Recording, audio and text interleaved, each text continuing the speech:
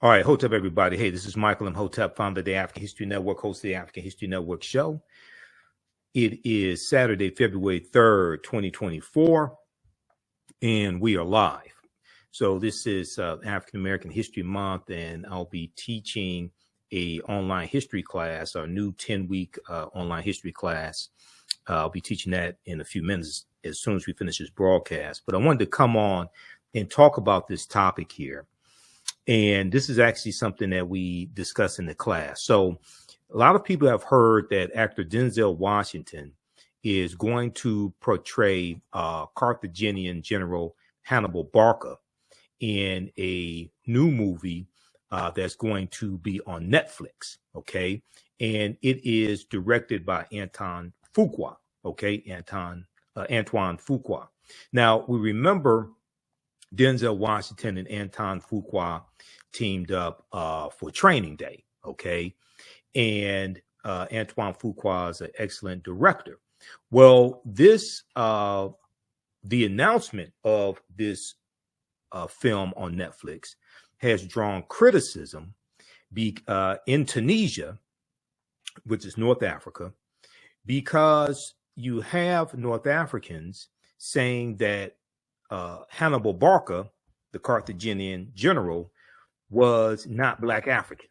And we know that Denzel Washington is African American. Okay. Now, this also reminds us of the controversy surrounding Adele James playing Queen Cleopatra VII in African Queens, the series from Jada Pinkett Smith on Netflix. Okay. So I'm going to talk a little bit about what is in this article, what the controversy is, and then we're going to dispel this myth, because Hannibal Barca was Black African, even though in antiquity, and you know, Hannibal lives in 3rd century BC, and we know the Battle of Cannae is 219 BC. The Battle of Cannae is 216 BC. When he crossed the Alps with the elephants is 219 BC. And we know he's defeated at the Battle of Zama in 202 BC. Okay. However, he was Carthaginian, and the Carthaginians were descendants of the Phoenicians. Okay. So let me deal with this succinctly here, and I'll give you some information about our online class.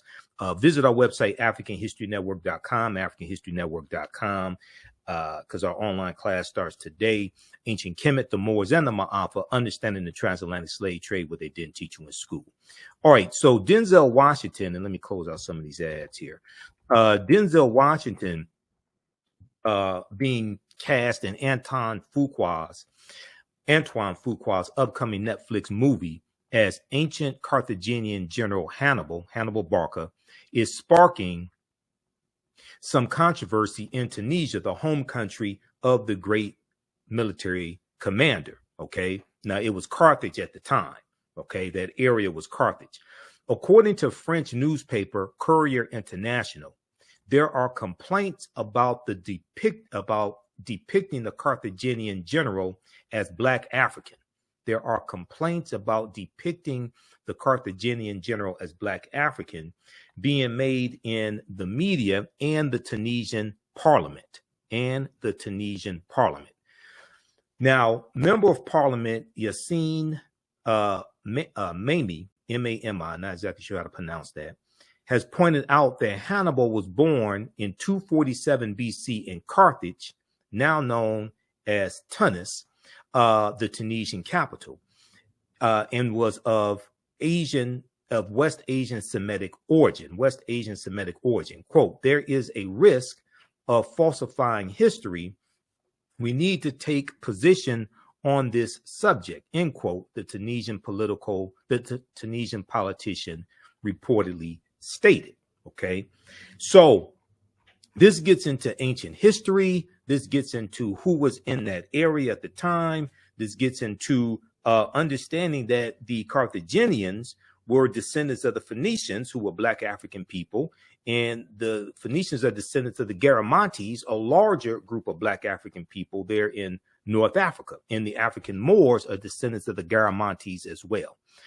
Concurrently, French language Tunisian newspaper La Presse has published an editorial in which it similarly objects that depicting Hannibal Barca as Black African is, quote, according to Tunisians and many observers, a historical error. Now, keep in mind that North Africa was largely conquered by Arabs. The Arabs invade Egypt in 639 AD, conquer in 642 AD, or Common Era, okay, and go throughout North Africa.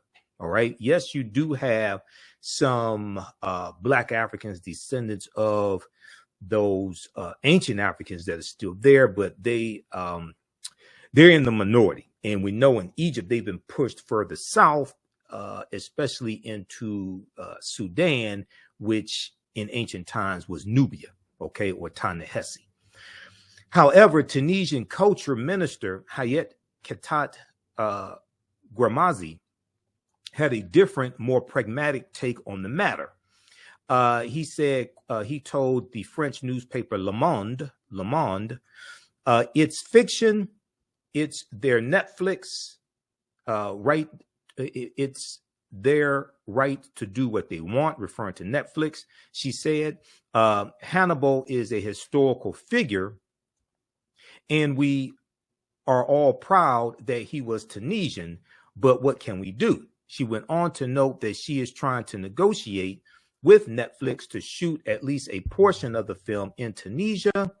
Quote, I hope they decide to shoot at least a sequence of the film here, and that this is publicized.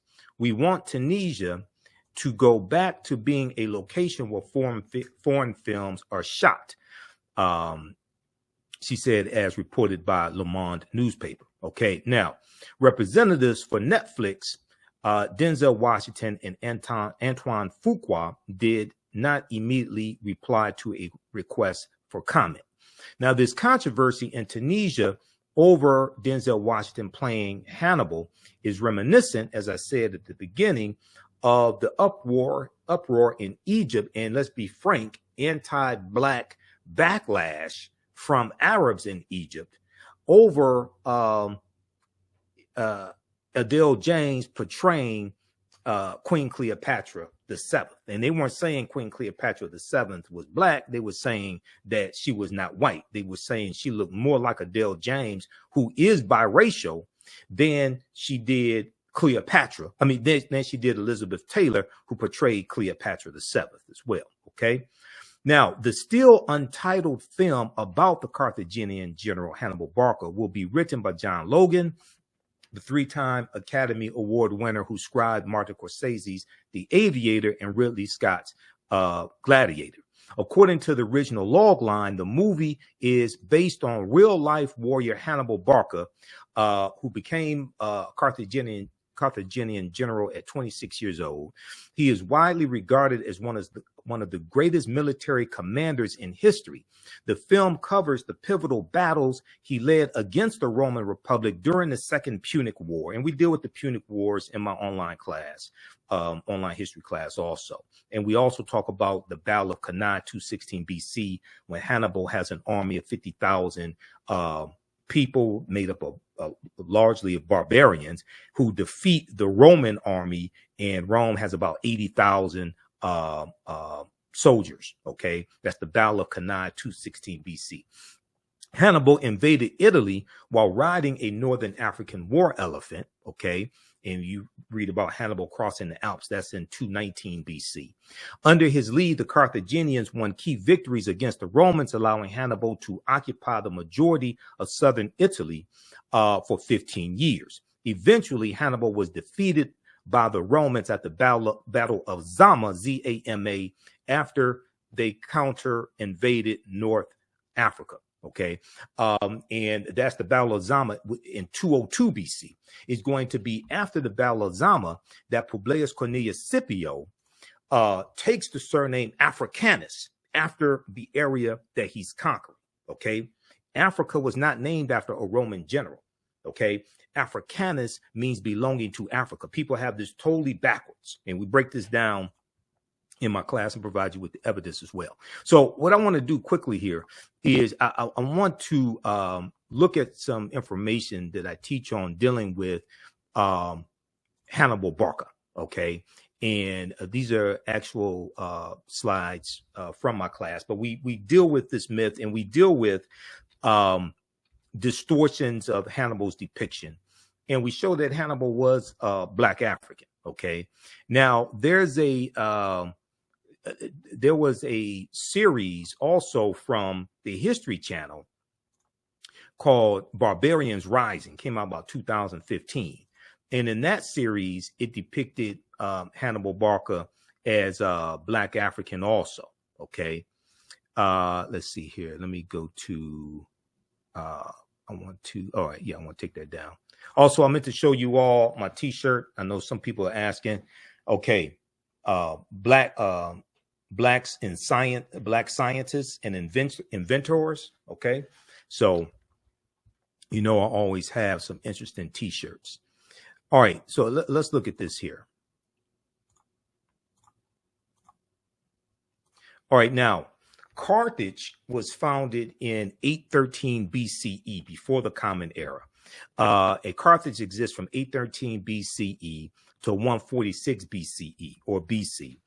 And Carthage is destroyed by the Romans. Okay. So when you read about the Punic Wars, that deals with the wars between Carthage and Rome.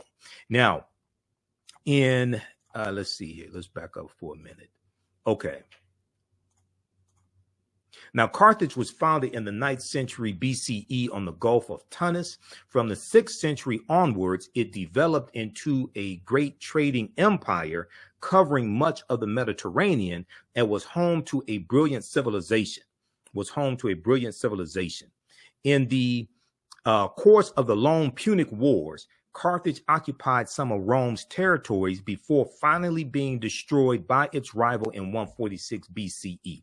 If you watch the fantastic documentary about Dr. John Henrik Clarke, a great Grandmaster Scholar Warrior, Dr. John Henrik Clarke, he talks about Hannibal Barca. He talks about the Romans, okay, the Carthaginians as well, okay. All right, here, hold on just a second. He talks about the Carthaginians as well, and the effort by Rome to destroy the Carthaginians. Okay, let's continue here.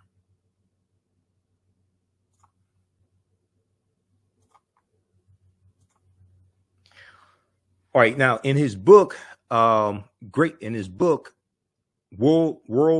Men of Color, Volume 1, history scholar Joel Augustus Rogers, J.A. Rogers, asserts the Carthaginians were descendants of the Phoenicians, a Negroid people, and that, in fact, until the rise of the doctrine of white superiority, Hannibal Barca was traditionally known as a Black man. Until the rise of white supremacy and white superiority that we see taking place as Europe is moving out of the Dark Ages, going into the Renaissance era. So the 1300s, 1400s, and then we see exploration in the 1400s. As they're moving out of the Dark Ages into the Renaissance era, and it's going to be the teachings from the African Moors that bring Europe out of the Dark Ages, the teachings coming from the Nile Valley region of Africa that the African Moors take into Europe beginning in 711 AD. We're going to see as Europe becomes powerful, starts conquering people's lands, enslaving people, extracting mineral wealth, gold and silver from people's lands, setting up plantations, sugarcane plantations especially. We're going to see a rise in the European phenotype, and we're going to see a reinterpretation of historical or mythological figures that were depicted historically as African. Okay, so Michelangelo paints the Sistine Chapel and uses his aunt and uncle as the images of Adam and Eve and paints God as white. We see Hannibal Barca reinterpreted as European. We see Zeus, who was the king of the gods, and in the mythology, in Greek mythology, it tells you Zeus came from Ethiopia. These were Black Africans, but Zeus gets reinterpreted as European. Okay.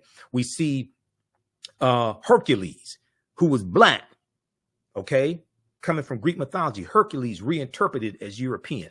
We see the Black Madonna and Child, okay, who comes from Osset, okay, Isis.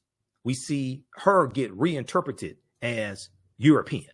Okay, so as we have a rise in the dominance of the European phenotype and as Europeans come into power, as Europe moves from the Dark Ages into the Renaissance era, we see a rise in the European phenotype.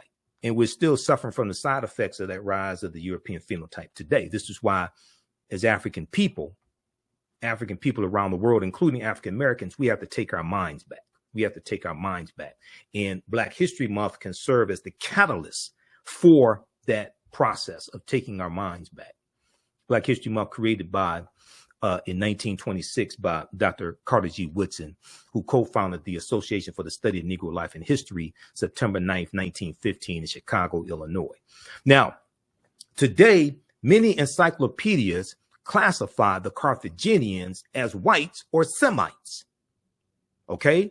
Today, many encyclopedias classify the Carthaginians as whites or Semites.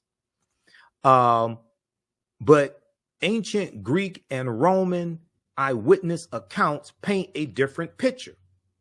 The indigenous people of Carthage were called the Afirs. The indigenous people of Carthage were called the Afirs, A-F-E-R-S. Ancient Roman poet Virgil, in his poem Mortem, M-O-R-E-T-U-M, speaks of a woman from the Afir or Afar, A-F-A-R, also known as the Afra race, A-F-R-A. He says of this woman, Virgil says of this woman,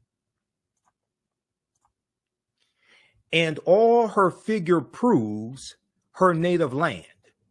Her hair was curly, thick her lips, and dark her color. Okay, and all her figure proves her native land. Her hair was curly, thick her lips, and dark her color.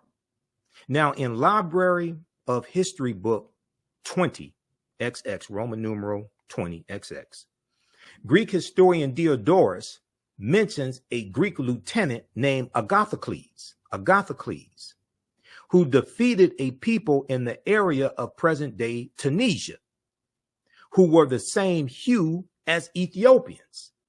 Now, are you talking about white Ethiopians? No, they're talking about Black African people. Okay? This is how, when Europeans come out of the Dark Ages, they reinterpret history through a European cultural paradigm, and that's putting it politely because a lot of the stuff they just lied about. Okay, stealing people's lands and then lying about who was there.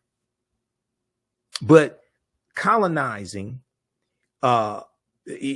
John Henry Clark talks about how, Europeans colonized history, Europeans colonized imagery, but also they colonized the image of God.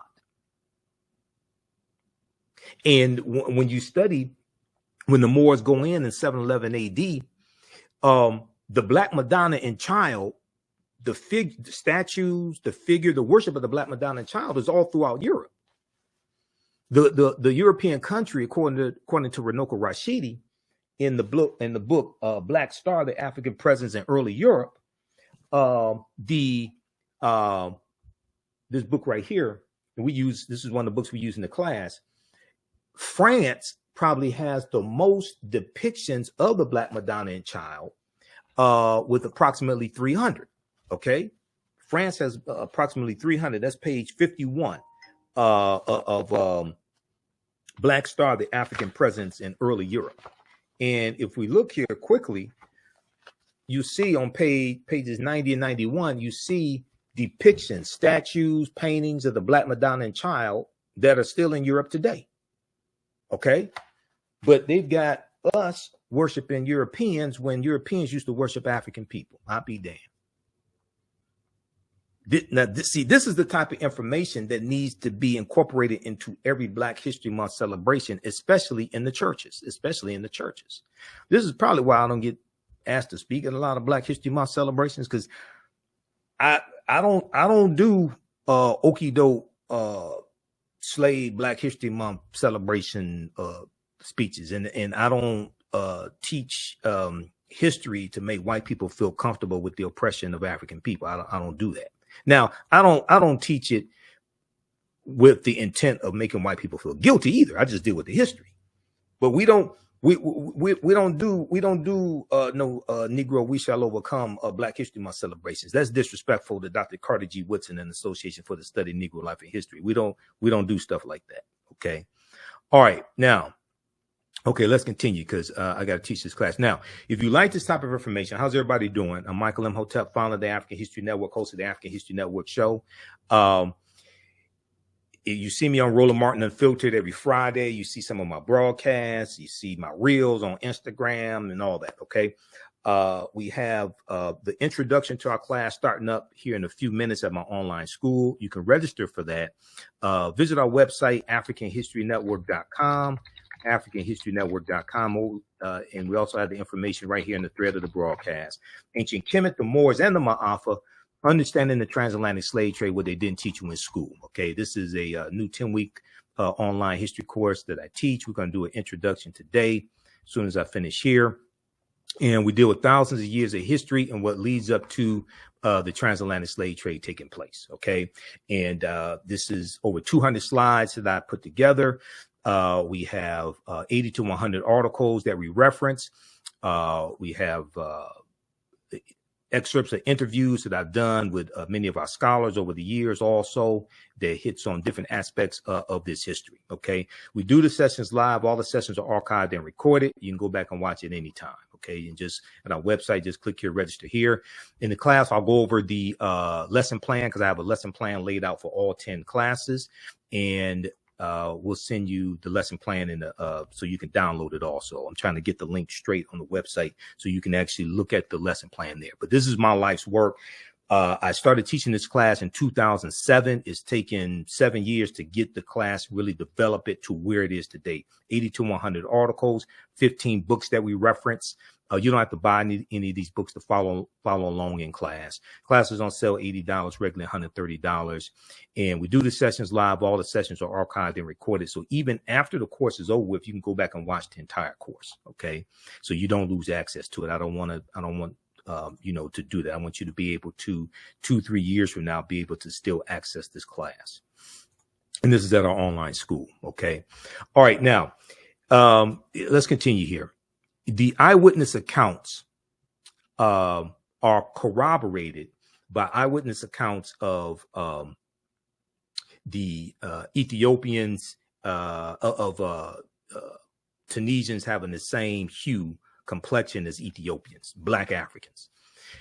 The eyewitness accounts are corroborated by physical anthropology. L. Berthelon and E. Chantre, both well-noted French anthropologists, documented their examination of skeletons throughout North Africa in all periods. They noted that the remains of both upper and lower class individuals of ancient North Africa were representative of the Negroid race. They're saying these were Black Africans. Okay, these weren't brown Caucasians. Okay, these weren't light-skinned Arabs. These weren't dark-skinned Europeans. These were Black African people. And there's a huge effort and a continuing effort to distort this history so you can reduce African people to just slavery and being conquered. They don't want to show, and even in media, in the movies, they do not want to show African people ruling the world. Why? Because whatever's disseminated becomes imitated. That's why Megan Thee Stallion is promoted to us. That's why Lil Wayne is promoted to us. That's why Sexy Red is promoted to us. That's why ignorance is promoted to us. Whatever is disseminated becomes imitated. Okay? So we have to understand this. Bantu Stephen Biko, one of our great South African freedom fighters, said the most potent weapon in the hands of the oppressor is the mind of the oppressed. We must take our minds back. All right, now, okay, let's continue here. How you all like this type of information? Give us a thumbs up, give us a heart, give us a like on this broadcast. Now, here is an ancient coin, front and back, thought to depict Hannibal Barca of Carthage, okay? And this comes from an article, and some of this information comes from an article from AtlantaBlackStar.com, June 26, 2014, 5 ancient African empires besides Egypt that Europeans and Arabs tried to claim as their own. 5 ancient African empires besides Egypt that Europeans and Arabs tried to claim as their own. Okay, now, so the fight continues. We go from Denzel Washington going to portray Hannibal Barca, the Carthaginian general, in a new movie on Netflix from director Antoine Fuqua. Okay, Antoine Fuqua. We go from that to Backlash from Tunisia.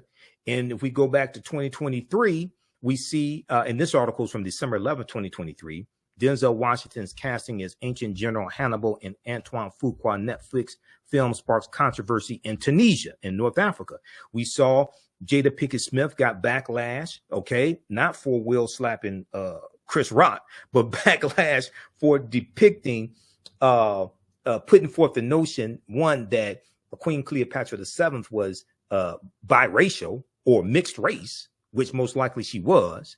Okay, and she looked more like Adele James, most likely, and Adele James is biracial. She looked more like Adele James than she did Elizabeth Taylor.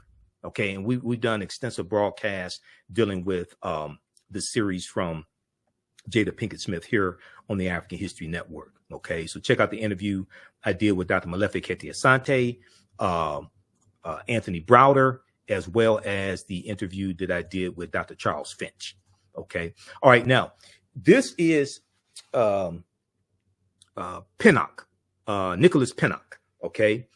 And in 2016, I think it was, the History Channel had a series called Barbarians Rising, and it dealt with 700 years of invasions, okay, of the Roman Empire, and it leads up to the fall of the Roman Empire in 476 AD, Common Era, okay, when the western portion of the Roman Empire is conquered by the Vandals and the Visigoths. All right. Now, hold on.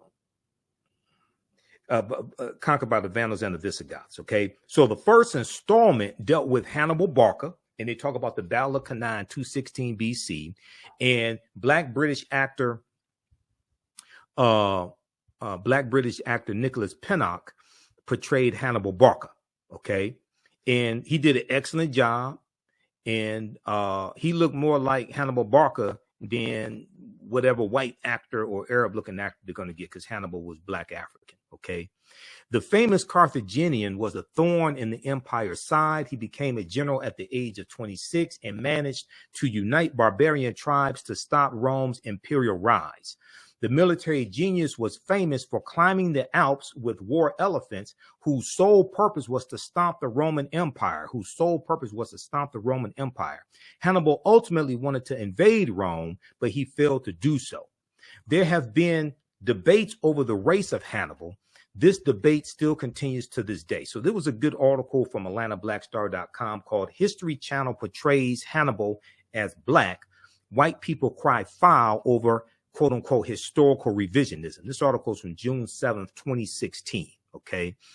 And in 219 BC, Hannibal of Carthage led an attack on Saguntum, an independent city allied with Rome, which sparked the outbreak of the Second Punic War. Okay.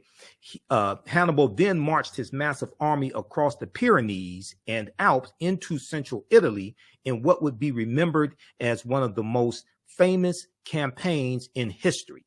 After a string of victories, the most notable coming at Cannae in 216 BC. This is the Roman army loses about 50,000 soldiers at the Battle of Cannae in 216 BC. It's looked at as one of the greatest military victories in history. So there's a concerted effort, right, to see they don't have a problem. White Hollywood, the white power structure, they don't have a problem with trying to rewrite the history of black buffoonery and have Europeans depicted in roles that originally went to black buffoons. They don't have a problem with that. Step and Fetch It, Amos and Andy. Even though Amos and Andy, when there was a radio show, was created by two Jewish men, Freeman Gosden and Charles Correll, two white men, Freeman Gosden and Charles Correll. They oftentimes perform the radio show in blackface. But then when it goes to television, then they had to have African-American actors. So if you ever heard of the Amos and Andy radio show that started in the 1920s, that comes from the minstrel shows. The minstrel shows were created by T.D. Rice, Thomas Dartmouth Rice, about 1828, 1829, who's known as the father of minstrelsy. Okay.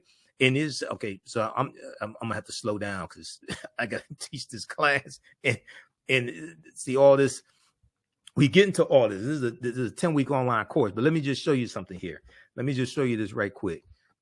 This is T.D. Rice. So this is why the minstrel shows were so damaging, because it created the stereotypes of the coon and the mammy and Jim Crow. Okay, coming from the song "Turn Around, Jump Around, I Jump Just So." Every time I turn around, I jump Jim Crow. Right.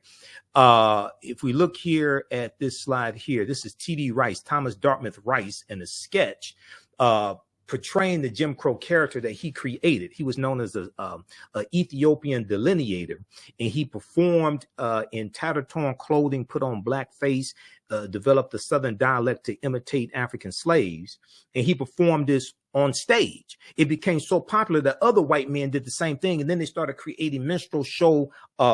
They created minstrel show companies, and they toured throughout the U.S. and toured throughout Europe, projecting these negative stereotypical images of African people during slavery, but then also after slavery. Okay. And one of the most diabolical, one of the most destructive movies in history was the movie The Birth of a Nation, that debuted February 8th, 1915. And all the negative stereotypical images of African people was shown in this movie, The Birth of a Nation. Okay. And most of the images of African Americans were white people in blackface. So this is why you see me go after negative images of African people in the media today, because I understand this history. I've been studying history 33 years. I'm a historian. I know the weaponization of imagery and media. This is not entertainment. This is programming. This is not entertainment. This is programming. Race riots broke out in the street because of the movie The Birth of a Nation. The Ku Klux Klan was rejuvenated because of the movie The Birth of a Nation, because the Ku Klux Klan were the heroes of the movie. Okay, long story short, the movie takes place during slavery in Piedmont, South Carolina, during slavery, the Civil War, 1861, 1865, and the Jim Crow and the Reconstruction era, 1865, 1877. You can watch the entire 3-hour movie on YouTube. It's a silent movie. There's a scene that depicts a black man raping a white virgin in the movie The Birth of a Nation. This movie caused race riots in the streets. And what's interesting is we had enough sense to protest against that movie, lead protests in Boston, lead protests in California when the movie came out. Today, we don't have enough sense to protest negative corporate controlled hip hop that puts forth some of the same negative, stereotypical, dehumanizing images. We had more sense back then. Okay. Let's see here. How's everybody doing? All right. So let me wrap it up. I'm going to wrap it up here. How do you like this type of information? Give us a thumbs up. Give us a heart. Give us a like on this broadcast. Visit our website, theafricanhistorynetwork.com, theafricanhistorynetwork.com. You can, because I'm getting ready to jump off and go to our online school and teach this class. But visit our website, theafricanhistorynetwork.com. You can register for this 12-week online history class that I teach, Ancient Kemet, one of the original names for Egypt, the Moors, and the Ma'afa, understanding the transatlantic slave trade, what they didn't teach you in school. Okay. And before I go, I got to show you this quickly. So, because I hear so many people putting out this misinformation saying that Africa is named after a Roman general, Publius Cornelius Scipio Africanus. That's false. It's the other way around. It's the other way around. Publius Cornelius Scipio Africanus fought in the Second Punic War. He dies in 183 BC, okay, which is also the same year that Hannibal Barca dies, all right? Now, I consulted Cassell's Latin and English Dictionary. I was doing a presentation for African Liberation Day here in Detroit back around 2012, 2013, something like that. And this was one of my topics. Africa was not named after a Roman general named Publius Cornelius Scipio, okay?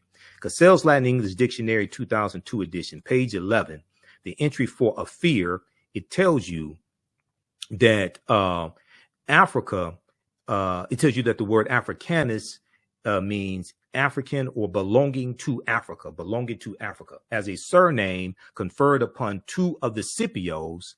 Okay, now, so his last name was Scipio. Is after the battle of Zama in 202 BC that he takes the surname Africanus, mean belonging to Africa. The prefix Afri is in reference to a people called the Afri who lived in Algeria and Tunisia, a Black African people. So we reference pages 14 and 15 of African People in World History by Dr. John Henrik Clarke. And it says here, the Nile Valley's first age of high cultural grandeur lasted until the eve of the Christian era. Some aspects of it survived the Greek and Roman occupation of parts of North Africa. After this rise and decline of Greek civilization and the Roman destruction of the city of Carthage, Carthage is destroyed in 183 BC. The Romans organized the conquered territories into a province they called Africa. Okay, after the Romans, after the rise and decline of Greek civilization and the Roman destruction of the city of Carthage, the Romans organized the conquered territories into a province they called Africa, a word derived from Afri, A-F-R-I, the name of a group of people about whom little is known.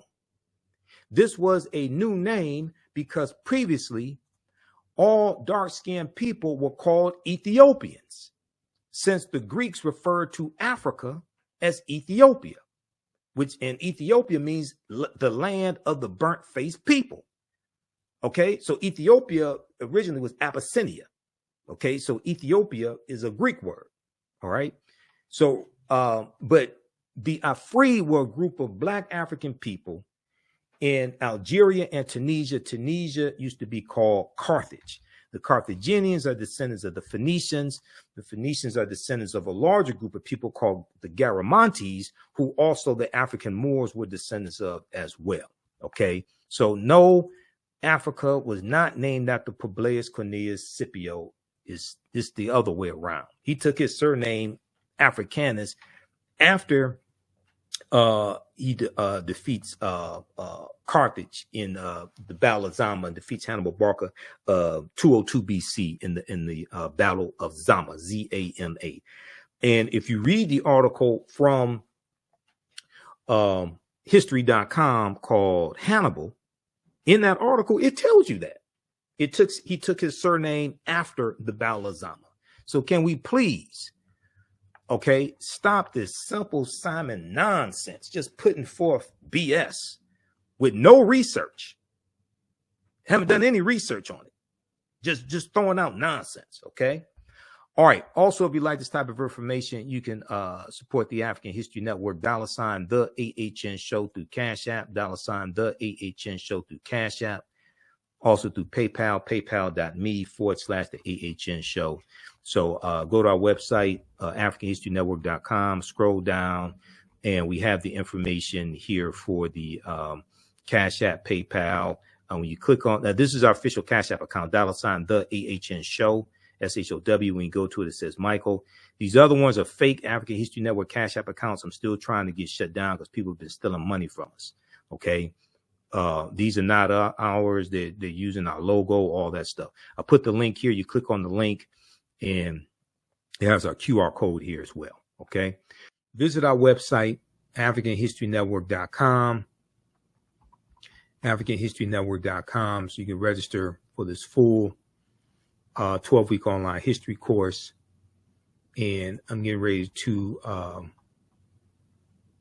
soon as I finish this broadcast, we're going to jump in the class of my online school and start teaching class number 1. So these classes will be on Saturdays, 4 p.m. Eastern Standard Time. I'm running a little behind schedule today, so I had to get everything set up. But go to our website, AfricanHistoryNetwork.com, scroll down the page. You'll see the second class that I teach, Black Resistance Movements, Christopher Columbus, the Haitian Revolution, and Black Power Movement, 1492 to 1968. We do that on Sundays, 4 p.m. Eastern Standard Time. So click right here to register for the second course. You can register for the course bundle for both classes on sale for $120. Click right here to register for the course bundle. This content is PG-13, so you can use this with your children also. I don't do a lot of cursing. It's nothing like that. It's a very visual class. So we have 200 slides in the PowerPoint presentation, video clips that we look at, book references, 80 to 100 articles. And then, we have class number 1 of Ancient Kemet, the Moors, and the Ma'afa. Understand the transatlantic slave trade. Click right here to register for that. And the class lesson plan is here for the full course. You can download the class lesson plan. Okay, so there's a ton of information that we cover in this class. I'm just giving you a brief overview. Okay, so have you all learned anything so far? How do you all like this type of information? And who still needs to register for this class? So when we scroll down, we look at some of the other content that we'll cover.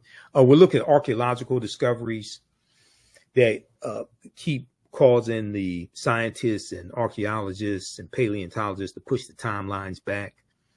And these are archaeological discoveries that show an African presence in parts of the world earlier than people thought.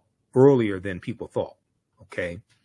So there was one good article, Recap Humans Are 100,000 Years Older Than We Thought. This is from the New York Post. We'll look at the lost city. There were 2 lost cities of Egypt. One, dazzling Aten, which was discovered a few years ago, but then also Tanis Heraklion, which was discovered about 2013.